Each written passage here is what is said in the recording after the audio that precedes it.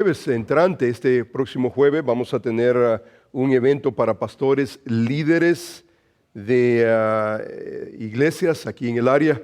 Vamos a tener la oportunidad de poder tener un compañerismo precioso. Eso vamos no solamente a tener la oportunidad de alabar a nuestro Dios, pero también vamos a tener oportunidad de tener compañerismo los unos con los otros. Tenemos también una cena ya que nuestros hermanos van a preparar y vamos a tener una oportunidad preciosa. Tenemos también unos cuantos obsequios que queremos compartir y crecer básicamente en la gracia del Señor. Así que especialmente ancianos de la congregación, estamos esperando su presencia. Ustedes ancianos, quisiéramos verlo ahí. Si usted tal vez es un líder en potencia en nuestra congregación, quisiéramos también verlo en esta oportunidad de crecimiento. Este es el próximo jueves y hermano Samuel, ¿a qué hora vamos a estar, hermano Samuel? Creo a las 7, 6, muy bien. Gracias, hermana. A las 6 de la tarde estamos aquí, vamos a reunirnos en el salón social. Abramos nuestras Biblias, hermanos, al capítulo 16 del libro de los Hechos. Vamos a abrir nuestras Biblias al capítulo 16 del libro de los Hechos. Estamos regresando por tercera vez a esta porción bíblica y queremos, hermanos, crecer en la palabra del Señor, queremos saturarnos de ella y como proposición hemos observado que la pregunta ¿qué pasa cuando Dios abre una puerta espiritual, ministerial? Este pasaje básicamente responde a esta pregunta, porque cuando Dios es el que está abriendo puerta, así como también cuando Él cierra puerta, y eso lo vemos en este pasaje de la Escritura, observamos nosotros no solamente Dios cerrando puerta en Asia, pero también en Bitinia, pero también observamos nosotros que Él abre puertas, y ese es un asunto divino que solamente Él puede establecer. No le pregunta a usted, no me pregunta a mí, no nos consulta ninguno de nosotros, Él es soberano, y ese pasaje básicamente nos ayuda a entender que Dios básicamente es el que está guiando conforme a su voluntad. Él es el que abre los corazones.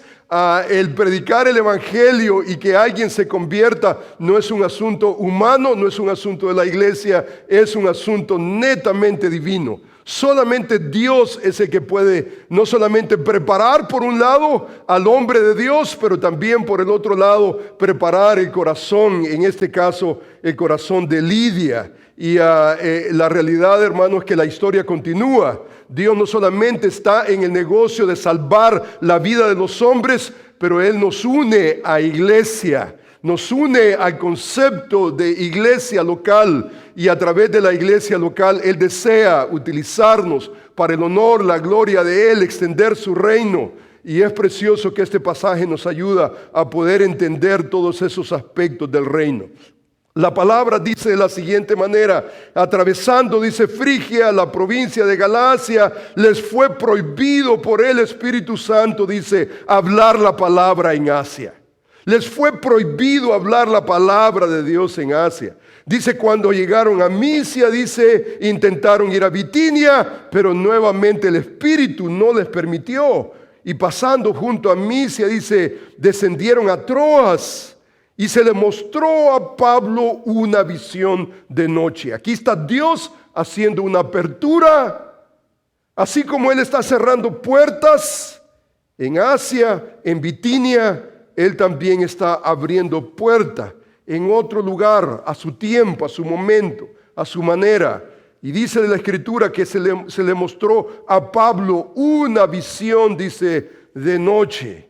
Y fue a través de esa visión que nosotros vemos una apertura de parte de Dios.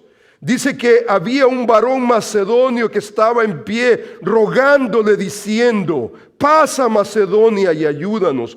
Cuando vio la visión, dice que enseguida procuramos partir para Macedonia, incluyendo Lucas. Ahí está Lucas, se está incluyendo en ese viaje misionero.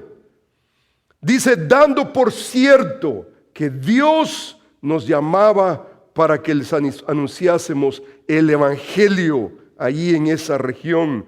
Y dice la Escritura que zarpamos pues de Troas Vinimos con rumbo directo a Samatrocia y el día siguiente a Neápolis y de ahí a Filipos, que es la primer ciudad de la provincia de Macedonia, una colonia romana, y estuvimos en aquella ciudad algunos días. Y un día de reposo salimos fuera de la puerta junto al río donde solía hacerse la oración, y sentándonos hablamos a las mujeres que se habían reunido. Entonces, en una manera singular, dice que una mujer llamada Lidia, vendedora de púrpura de la ciudad de Tiatira, que adoraba a Dios, estaba oyendo, y el Señor abrió el corazón de ella. El Señor abrió el corazón de ella. Señor abrió la puerta en Asia, en Bitinia, pero Él está por hacer historia en Filipo, la primera ciudad de la provincia de Macedonia. Allí Dios está preparando el corazón de una mujer llamada Lidia. Dice que abrió el corazón de ella para que estuviese atenta a lo que Pablo decía. Y cuando fue bautizada y su familia nos rogó diciendo: si habéis juzgado que yo sea fiel al Señor, entrad en mi casa y posad. Y nos obligó a quedarnos. Oremos al Señor. Amantísimo Padre, Señor, gracias te doy, porque tu palabra, Señor, es viva. Gracias porque tu palabra, Señor, haya cabida en nuestros corazones. Señor, te bendecimos porque deseamos, Señor, tu palabra. No solamente, Señor, entenderla, pero vivirla para el honor y la gloria tuya. Gracias, Señor, porque en esta porción no solamente vemos, Señor, el plan salvífico de la salvación, pero vemos también, Señor, vemos mucho más. No solamente, Señor, vemos soteriología, pero vemos eclesiología. Podemos ver tu iglesia. Aquí no es un asunto casual lo que leemos. Aquí Lucas nos hace ver no solamente soteriología, la manera en cómo tú salvas a los hombres, pero vemos, Señor, también la iglesia del Señor, naciente. Señor, gracias te damos por el aprecio que tú has traído a tu palabra. Gracias porque deseamos estar en ella. Gracias, Señor, porque podemos venirte delante de ti y adorarte por la preciosidad de tu palabra. Prepara nuestras almas y corazones, que tu Espíritu Santo nos guíe a toda verdad. En el nombre de Jesús lo ruego, Señor. Amén. Una vez más, hermanos, rápidamente encontramos nosotros una geografía importante. Para Lucas, al parecer, la geografía es importante y nos hace ver varios aspectos necesarios, reconstruir lo que está ocurriendo en toda esta región. Encontramos nosotros la iglesia en Antioquía de Siria con un celo misionero como ninguna otra iglesia en el Nuevo Testamento. Hay un deseo por sacar la palabra fuera de las cuatro paredes. Primer viaje misionero ocurrió en la parte de Galacia. El segundo viaje misionero se extendió hasta Asia. Llegaron a Asia y dice la Escritura que el Espíritu Santo les prohibió hablar la palabra en Asia. Dice que desearon ir a Bitinia y entonces dice que el Señor les dijo no. Y entonces los arrinconó hasta Troas. Si usted observa Bitinia, encontramos nosotros no solamente la región norte de Asia, pero también la parte del sur. Encontramos nosotros que el Espíritu Santo está diciendo no. Dice que llegaron a Troas y en Troas dice que ahí vieron una visión. Dice que el Señor tenía preparado para ellos algo especial y dice que les pidió que entraran hasta Macedonia. Dice que llegaron a Filipo y entonces Dios tenía preparado, después de todo, no necesariamente un varón macedonio, sino que al otro lado encontramos nosotros a una mujer llamada Lidia, y encontramos nosotros que esta mujer tiene varias particularidades, 7 características que hemos observado. 2 de ellas seculares, 5 de ellas espirituales. Hemos estado 3 semanas en estas características que creo yo que son importantes que nosotros entendamos. El día de hoy vamos a tratar la manera de profundizar en una categoría, la última de ellas, que yo creo que es importante que nosotros entendamos. Dice la Escritura que ella, después no solamente de haber experimentado la salvación en Cristo Jesús, dice que fue bautizada. Y dice que nos rogó diciendo: si habéis juzgado que yo sea fiel al Señor, entrad en mi casa y posad. Y dice que nos obligó a quedarnos. Ahora, yo creo que esta descripción no es solamente un aspecto de hospitalidad. Esta mujer no solamente entra a la historia como una mujer que entendió el concepto de hospitalidad que todos y cada uno debemos de entender. Aquí hay una mujer que no solamente está abriendo su corazón al Señor, pero está abriendo también su casa, su hogar, sus puertas, para que el Evangelio de Jesucristo pueda correr. En sí mismo eso es una virtud increíble, porque cuando leemos la historia de la iglesia, encontramos nosotros que Dios se valió de ese instrumento, la casa, la hospitalidad, abrir no solamente nuestro corazón, pero abrir también nuestro hogar, nuestra casa. Es una virtud increíblemente importante. Aquí encontramos nosotros en este pasaje el comienzo de una iglesia, y la pregunta es: ¿dónde comienza la iglesia? Comienza la iglesia y comienza no necesariamente en una parroquia impresionante. No estamos hablando de una estructura impresionante, absolutamente. Comienza en la casa de una mujer llamada Lidia. Lidia no solamente está abriendo su corazón al Evangelio, pero ella también está abriendo las puertas de su casa para que Dios pueda hacer historia, no solamente a través de su vida, pero a través también de su casa. Ahora, esto es importante, hermanos, porque si usted observa cómo comenzó toda la historia, por lo menos de los ojos de Lucas, lo que Lucas nos hace ver, es cierto que hay tantas cosas que nosotros lo único que podemos hacer es asumir. Lo que podemos hacer solamente en nuestra imaginación santa, tratar la manera de entender. Por ejemplo, vemos nosotros que el Señor abrió el corazón de ella para que estuviese atenta a las palabras de Pablo, y de repente hay una coma y encontramos que ella es bautizada. Ahí hay mucho que asumir, porque a qué punto, a qué momento se le instruyó a Lidia que no solamente debía de abrir su corazón al Evangelio de Jesucristo, pero debía de bautizarse. ¿A qué momento?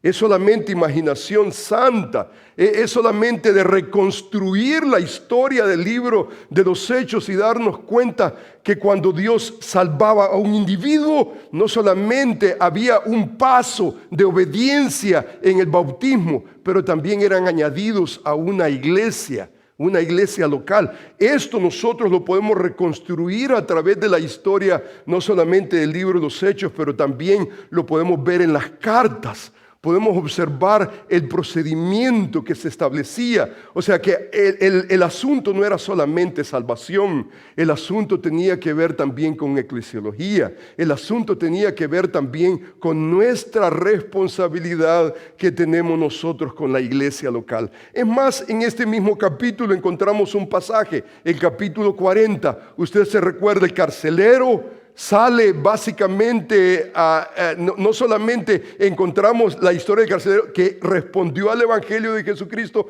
pero sale el apóstol Pablo con Silas después que sufrieron por el nombre de Cristo. Y el versículo 40 nos enseña algo muy interesante. Dice: entonces salieron de la cárcel, entraron, dice, ¿en casa de quién? En casa de Lidia. Y habiendo visto a los hermanos, dice que los consolaron y se fueron. Ahora usted se da cuenta que se fueron, está escribiendo Lucas. Él no se fue, Él se quedó. Ahora, esto es muy importante porque muchos especulan ¿por qué se quedó Lucas en esa región? ¿Por qué no fue a las misiones? Continuó con Pablo y Silas. ¿Por qué no continuó con ellos? Aquí se quedó Lucas y la especulación muy probable es que Lucas se quedó ahí en la iglesia en Filipo para ministrar a esta iglesia. Lo dejó con un hombre que sabía y entendía las verdades de Dios. Y es muy probable que Lucas fue tal vez el primer pastor, tal vez especulativamente, de la iglesia en Filipo. El hombre que se quedó allí. Más adelante nosotros vemos en el capítulo 20 que Lucas se une nuevamente al viaje misionero y él continúa, pero por un periodo de tiempo, no sabemos exactamente cuánto tiempo, Lucas se quedó allí en Filipo y la pregunta es, ¿qué se quedó Lucas haciendo? Ahora, hermanos, por seguro no se quedó perdiendo el tiempo en una ciudad marítima, tomando el sol y disfrutando la playa. Se quedó haciendo la obra del ministerio. Es muy probable en esa iglesia. Pero mire qué interesante lo que dice este pasaje bíblico. Dice que entonces salieron de la cárcel Pablo y Silas, por seguro. Es muy probable, y esta es imaginación también santa que podemos nosotros deducir, es muy probable que también el carcelero, su familia, tal vez entraron a casa de Lidia. Y dice la Escritura que habiendo visto no a las hermanas. Usted se recuerda que la historia, ¿cómo comienza? Pablo llega a Macedonia, a la ciudad de Filipo, y dice que era la hora de la oración, junto al río, donde solía hacerse la oración, y dice que allí a quien encontraron fueron hermanas que se habían dado el tiempo para unirse e interceder y orar al Señor. Pero usted se da cuenta que ya para el versículo 40 estamos en la casa de Lidia y la denominación los hermanos incluye también las hermanas, ¿no cree? Las hermanos es un término inclusivo. Y si nosotros encontráramos el femenino, hermanas, es muy probable que la continuación de lo que se comenzó es casi natural, pero aquí encontramos nosotros ya a los hermanos. Aquí encontramos en la iglesia, usted se da cuenta que en la casa de Lidia ya hay hermanos congregados y no hay absolutamente no hay otra indicación para que nosotros podamos entender dónde nació la iglesia en Filipo. Más adelante nosotros vemos que la iglesia en Filipo fue increíblemente instrumental. ¿Cuáles son sus inicios? Conforme al libro de Lucas, estos son los inicios. Y entonces los expertos, por ejemplo, nos enseñan y nos dicen, por ejemplo, Paul, él dice lo siguiente: antes de salir de Filipo, dice Pablo y Silas, visitaron a los hermanos en esa ciudad. La iglesia había crecido. Lidia, como era de esperar, hizo de su casa un lugar para la iglesia. Mire lo que dice Gangel, por ejemplo, él comenta algo más interesante, añade a este concepto y él dice, sí, ellos tenían que salir, pero sin antes visitar la reciente iglesia. ¡Qué congregación! Ya que la sección nosotros termina en el versículo 17, muchos comentadores creen que Lucas se quedó en Filipo, que como resultado terminó siendo el líder de la iglesia hasta que salió más tarde a las misiones. Asumimos que la iglesia se reunía en la casa de Lidia y es seguro concluir que el carcelero con su familia vinieron también a ser parte de esa congregación. Mire lo que dicen estos teólogos. Esos teólogos dicen, esta asamblea de creyente en la casa de Lidia fue la primera iglesia que fue fundada en Europa. La primera iglesia. Y encontramos básicamente que aquí comienza toda la historia. Hasta donde nosotros podemos entender bíblicamente, aquí comienza, este es el inicio de la iglesia en Europa, comienza a través de un no en Bitinia, no en Asia, Tengo una apertura nueva. Algo nuevo Dios está por hacer.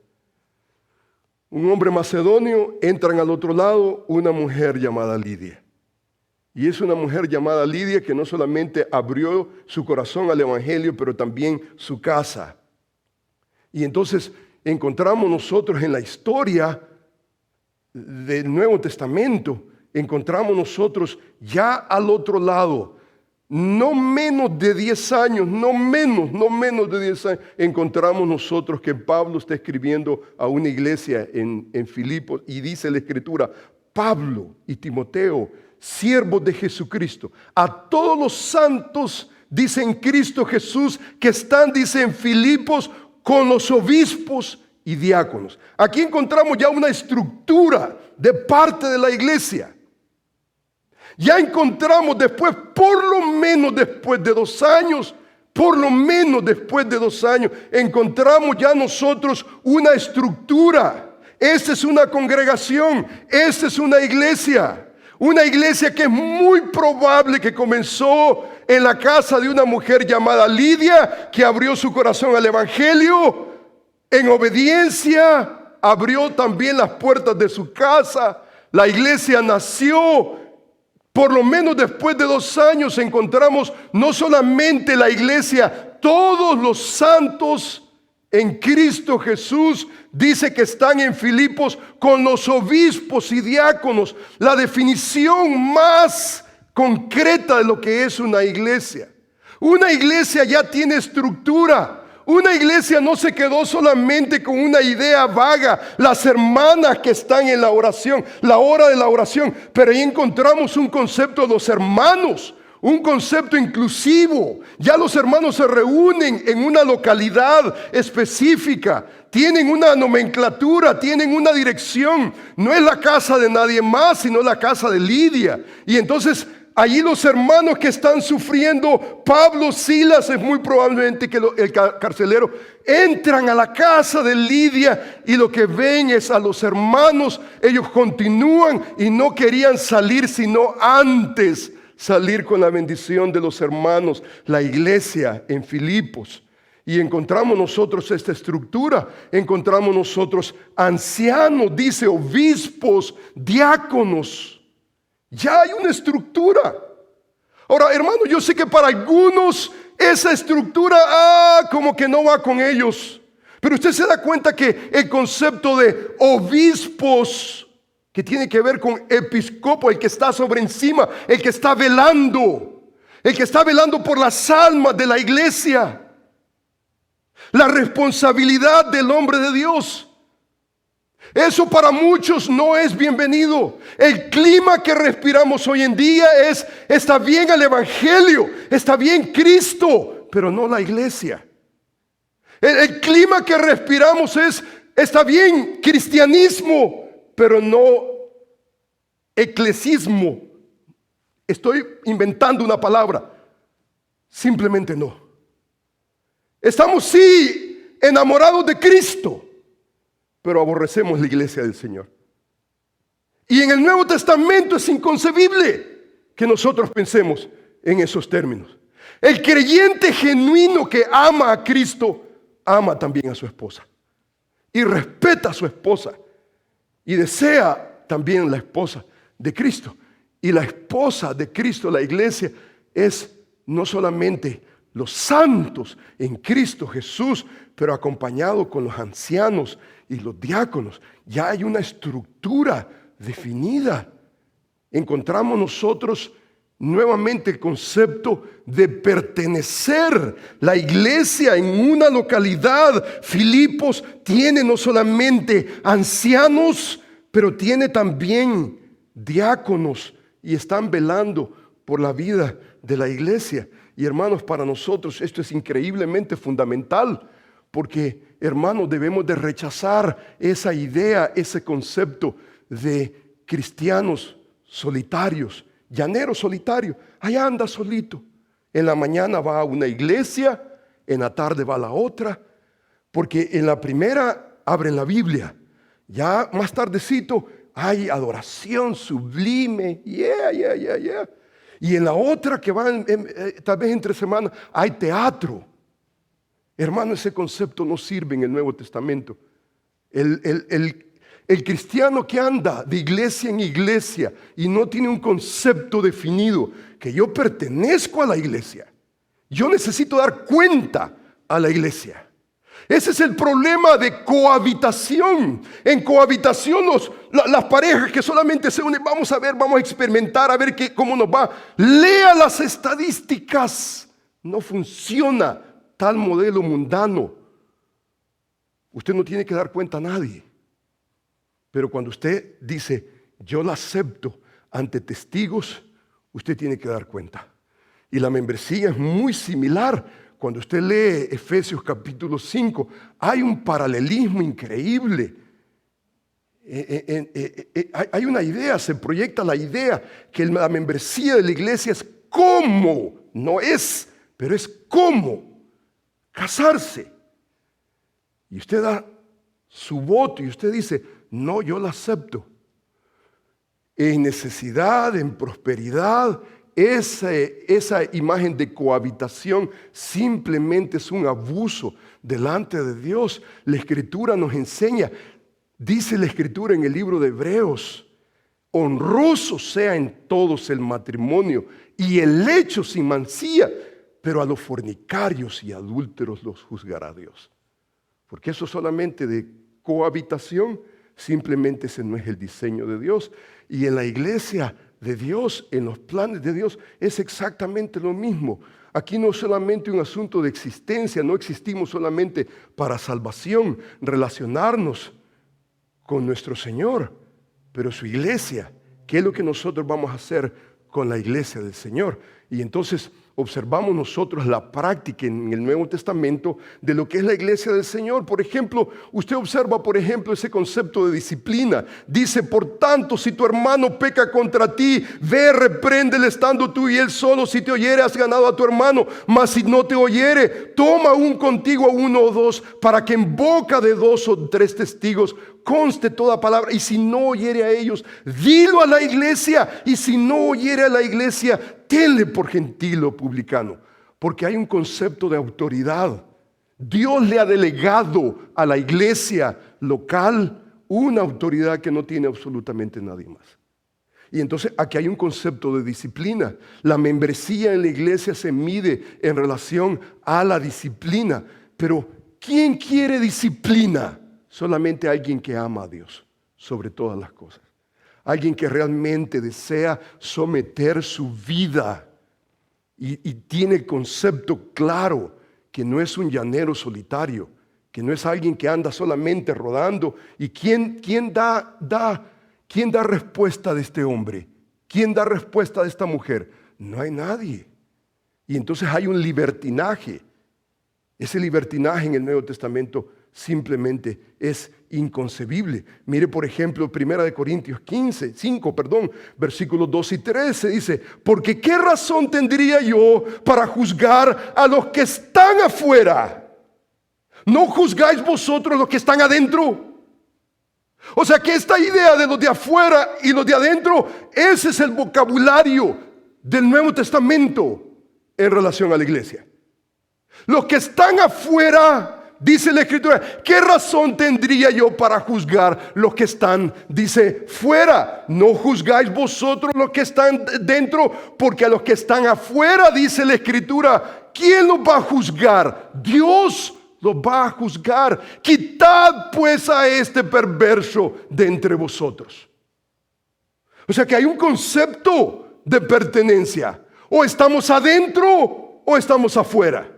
Decirle, por ejemplo, a alguien, y usted está casado, y que alguien diga, I don't know, you don't know, no sabe si usted está casado o está soltero.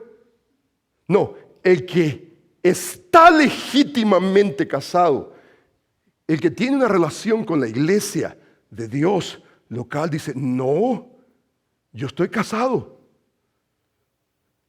Yo soy miembro de la iglesia y no soy miembro de la iglesia tal cual soy miembro de la iglesia tal.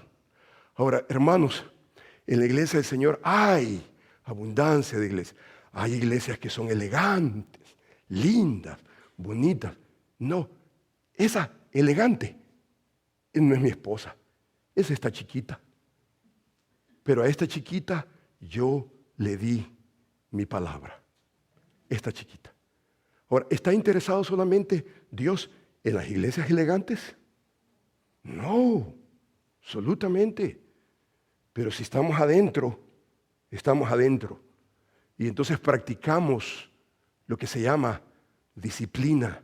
Y por eso los ancianos y los diáconos están ahí y tienen que velar.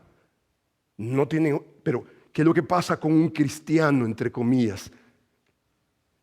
Un libertino, un llanero solitario.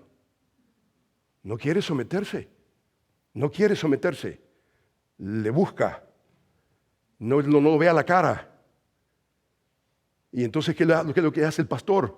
El pastor no tiene ninguna otra opción, sino que tiene que usar lo que Dios le ha dado en su autoridad. Y hermanos, eso que estamos hablando nos define a nosotros, nos define. El concepto de una iglesia. ¿Qué es una iglesia? Encontramos los santos en Cristo Jesús, acompañados de los ancianos, de los diáconos. Y entonces el apóstol Pablo está intercediendo y está comunicando y está tratando la manera de que la iglesia pueda entender lo que a nosotros nos define. Mire, por ejemplo, la Escritura nos enseña: os rogamos, hermanos, que reconozcáis a los que trabajan entre vosotros. ¿Y quiénes son? Aunque en la carta de Tesalonicenses no hay un título directamente, pero ¿qué es lo que hacen? Trabajan entre vosotros, os presiden en el Señor, os amonestan, no nos aplauden todo el tiempo. Pero ¿qué pasa con un libertino? Hay amonestación, hay exhortación. Entonces se va a la iglesia de la esquina, se va a la otra iglesia. Si usted es un creyente genuino, usted jamás va a lograr crecer en la gracia de Dios. Porque Dios se vale a través de una iglesia local. Y los ancianos, los que trabajan, los que presiden y los que amonestan son imperfectos. Pero ¿sabe cuál es el llamado? Os rogamos, hermanos, que reconozcáis, número uno. La iglesia en Filipo podía reconocer quiénes eran los ancianos, los obispos, sabían que podían reconocer los diáconos. Porque ¿qué es lo que hace un anciano? ¿Qué es lo que hace un obispo?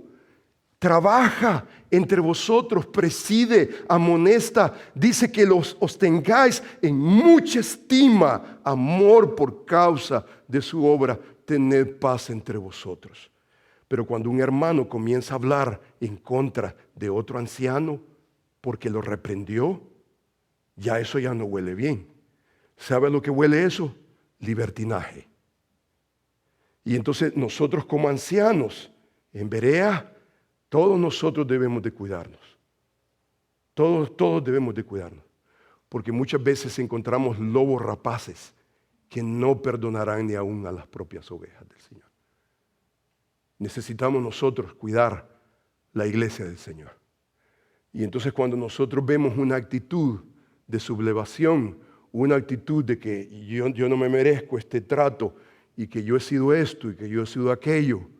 Usted tal vez fue en el año de la chispa del fusil, cuando tal vez usted anduvo con Noé, tal vez en el arca. Está bien, todo está bien. Aquí el asunto de la vida cristiana no es lo que usted hizo hace 20, 30 años. Aquí el asunto es qué es lo que está pasando en su vida hoy, en este momento.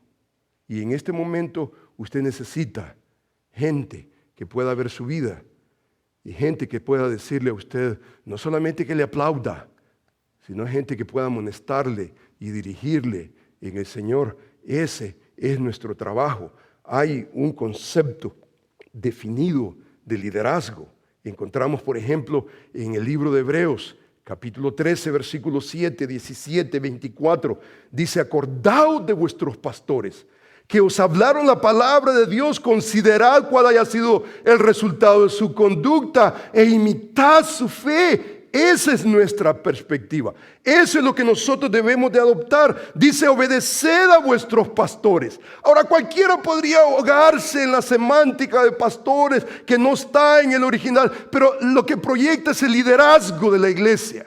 Tengamos nosotros una nomenclatura específica, un título específico, pero tenemos gente a nuestro alrededor, líderes a nuestro alrededor, a quien debemos de obedecer, sujetados a ellos, porque ellos velan por vuestras almas como quienes han de dar cuenta para que lo hagan con alegría, no quejándose, porque esto no es provechoso.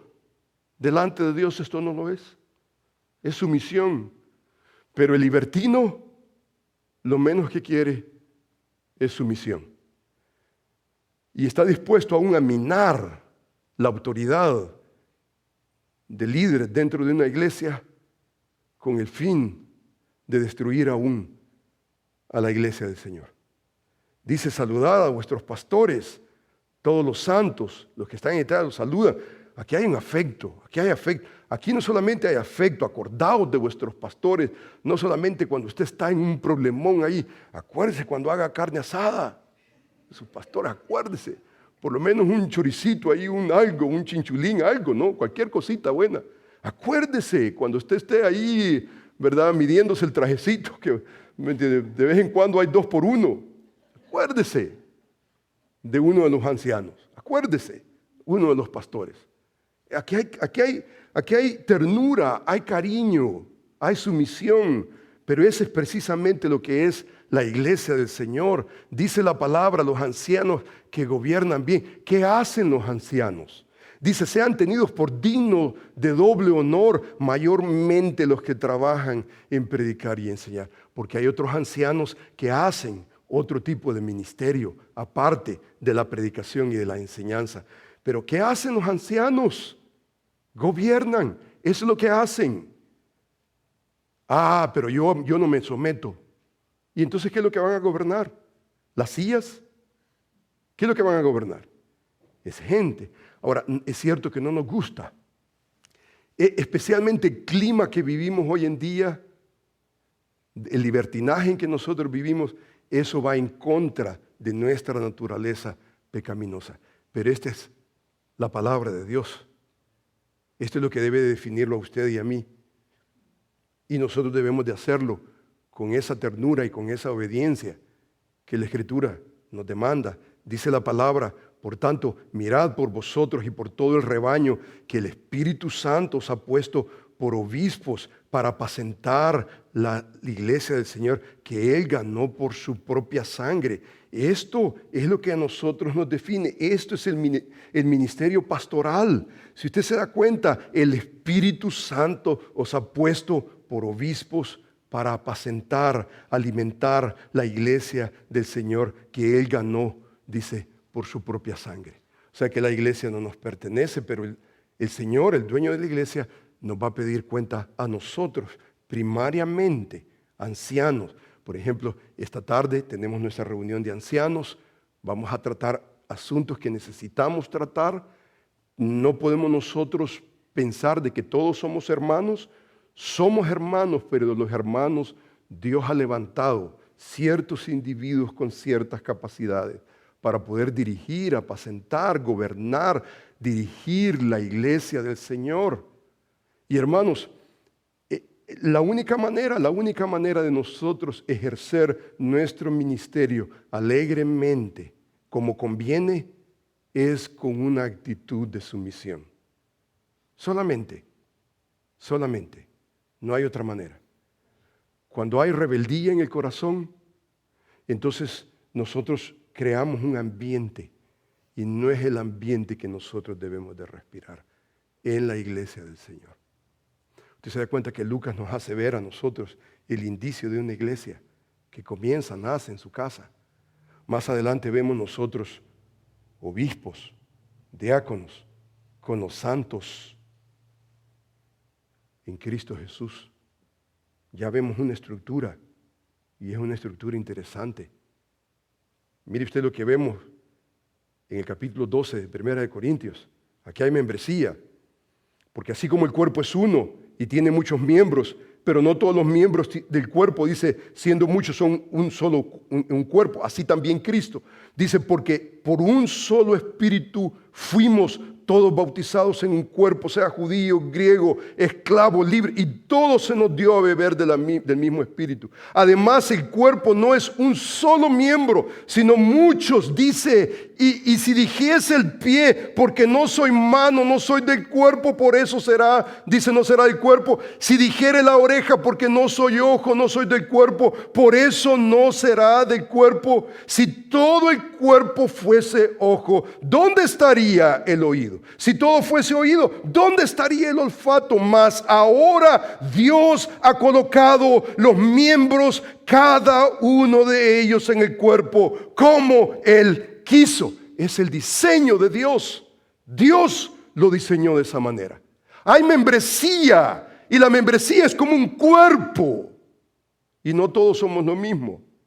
Y cuando uno duele, todo el cuerpo duele. Y cada miembro ha recibido de parte de Dios por diseño divino una habilidad especial dada por Dios para funcionar dentro del cuerpo de Cristo, poder crear ese crecimiento que el cuerpo de Cristo necesita. Esa es membresía. No es, yo vengo hoy y olvídense, es un cometa, ¡pum! De repente no lo volvemos a ver.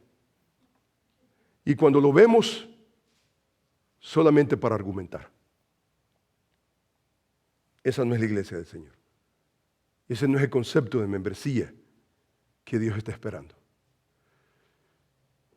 Nosotros agradecemos mucho a hombres que estuvieron alrededor nuestro y que nos guiaron y nos dirigieron. El Señor, por ejemplo, me salvó y pronto, en el amor de la palabra, yo deseaba enseñar la palabra de Dios. Y gracias a Dios que mi pastor fue increíblemente sabio para no solamente ver la potencialidad tal vez de un hombre, pero yo me acuerdo que yo le dije a mi pastor, yo quiero servir. Y en mi mente servir era tal vez enseñar una clase de escuela dominical, en mi mente. Y el pastor me dijo, ven el sábado por la mañana, yo voy a tomar en serio tu petición.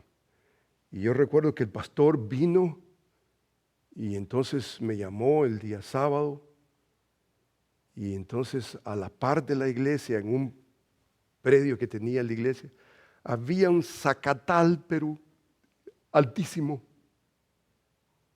Y entonces, aquí vas a comenzar tu ministerio. Me agarró un pico, una pala, un asadón y tenés todo el día. Disfruta la obra del Señor. Y hermano, yo me recuerdo que el pastor fue muy, pero muy sabio. Mis inicios fueron esos. Porque lo que el pastor estaba tratando, la manera de poner en mi corazón es exhibir una actitud. Era más importante mi corazón, mi actitud de sumisión, que lo que yo pudiera hacer o representar para el reino.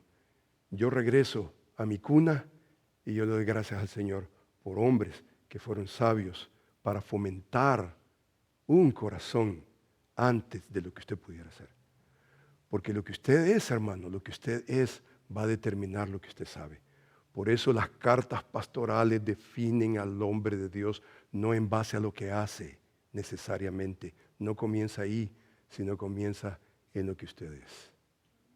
Su corazón, su carácter piadoso, humildad, no es soberbia. Pero usted es soberbio. La Escritura dice que Dios va a estar en pleito con usted y va a estar en pleito con cada. Dios no soporta a los soberbios, pero dice que le da gracia a los humildes. Y en la iglesia del Señor, ¿cuánto necesitamos de esa dosis? Membresía de la iglesia es lo que leemos. Así que los que recibieron su palabra fueron bautizados y se añadieron, dice, como 3,000 personas. No solamente fe, salvación, pero hubo bautismo y se añadieron Y la pregunta es: ¿a qué se añadieron? Dice el versículo: perseverando unánimes cada día en el templo, partiendo el pan en las casas, comían juntos con alegría, sencillez de corazón, alabando a Dios, teniendo favor con todo el pueblo, celebrando las disciplinas que deben de haber en una iglesia bíblica. Y el Señor añadía cada día a la iglesia los que habían de ser salvos, porque la historia del reino no termina con su salvación. Dios quiere usarlo a usted y a mí a través de una iglesia local, un cuerpo. La membresía en la iglesia del Señor no es tal cosa como un llanero solitario. Esa es una contradicción de términos. Eso no refleja la iglesia del Señor. Lo que encontramos en el Nuevo Testamento es el milagro de la salvación y el milagro de unirnos a un cuerpo, No somos lo mismo, no somos iguales. Dios nos ha dotado de diferentes maneras. La iglesia local es una expresión visible de cómo debe de vivirse el Evangelio de Jesucristo, cómo debe de vivirse. La iglesia del Señor es esa expresión del Evangelio. No lo vivimos nosotros a nuestra manera, lo vivimos a la manera de Dios, al punto que nosotros observamos la iglesia en Filipo, esa iglesia que comenzó tal vez en Troas, Dios cerrando tal vez una puerta en Asia, en Bitinia, hay una visión. Al otro lado, en el continente europeo, encontramos nosotros a una mujer que Dios estaba preparando su corazón. No solamente abrió el corazón al Evangelio, pero también su casa. Algo comenzó a surgir. Después de años vemos nosotros una iglesia constituida con obispos, diáconos. Hay una congregación preciosa. Y usted se da cuenta que esta congregación, dice el apóstol Pablo, en el pasaje dice: gracias a vosotros y paz de Dios nuestro Padre, el Señor Jesucristo. Dice: doy gracias a Dios siempre que me acuerdo de vosotros, siempre en todas mis oraciones, rogando, dice, con gozo por todos vosotros, hermanos, en Filipo. Y mire lo que dice en el versículo 5: por vuestra comunión en el Evangelio desde el primer día hasta ahora. Pablo está pensando el primer día, lo que leemos nosotros en el libro de los Hechos. Está pensando el primer día. Vuestra comunión en el Evangelio. Y entonces, ¿qué significa esa comunión en el Evangelio?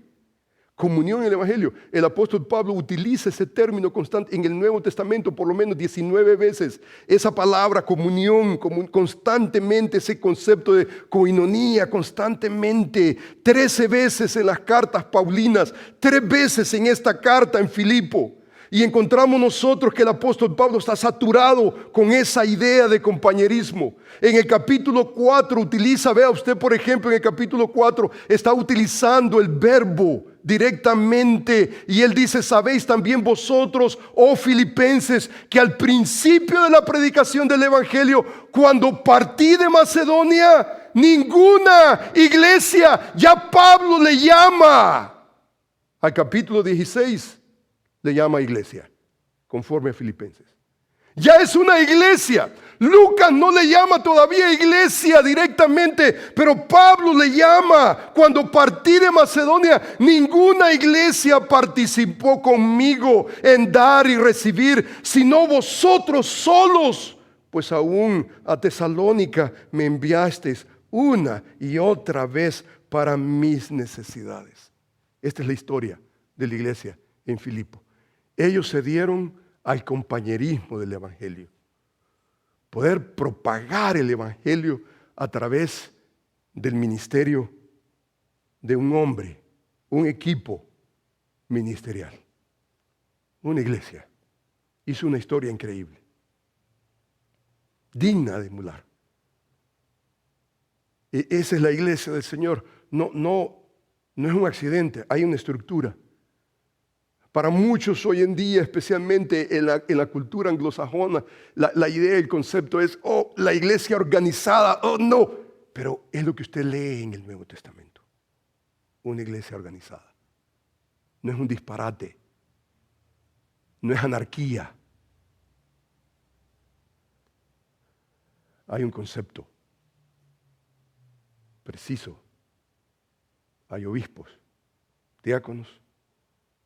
Hay una congregación que tienen un corazón de hacer historia para la honra y la gloria del Señor. No es rebelión lo que se respira, sino sumisión para el honor y la gloria del Señor. Oremos al Señor. Amantísimo Padre,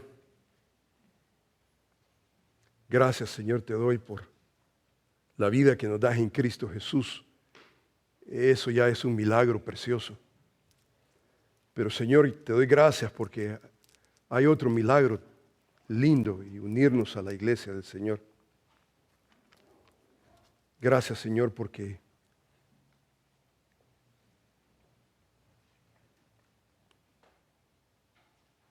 podemos ver no solamente la historia del Evangelio corriendo, impactando vidas, pero podemos ver, Señor, un plan divino. Es a través de tu iglesia que tú haces historia. Señor, quiero darte las gracias porque traes a nuestros corazones dignidad por la iglesia del Señor. Yo te bendigo, te glorifico, te doy, Señor, a ti todo el honor y la gloria, porque no solamente nos has salvado, pero gracias, Señor, te doy porque nos has unido a tu iglesia. Pertenecemos. No es libertinaje lo que deseamos.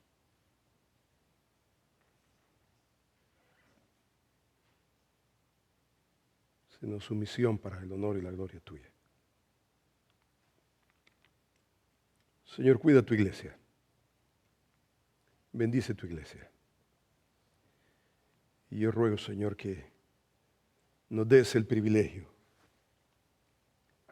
de extender, Señor, tu reino más allá de nuestras cuatro paredes. Te bendecimos, te glorificamos en el nombre de Jesús y para tu gloria, Señor. Amén.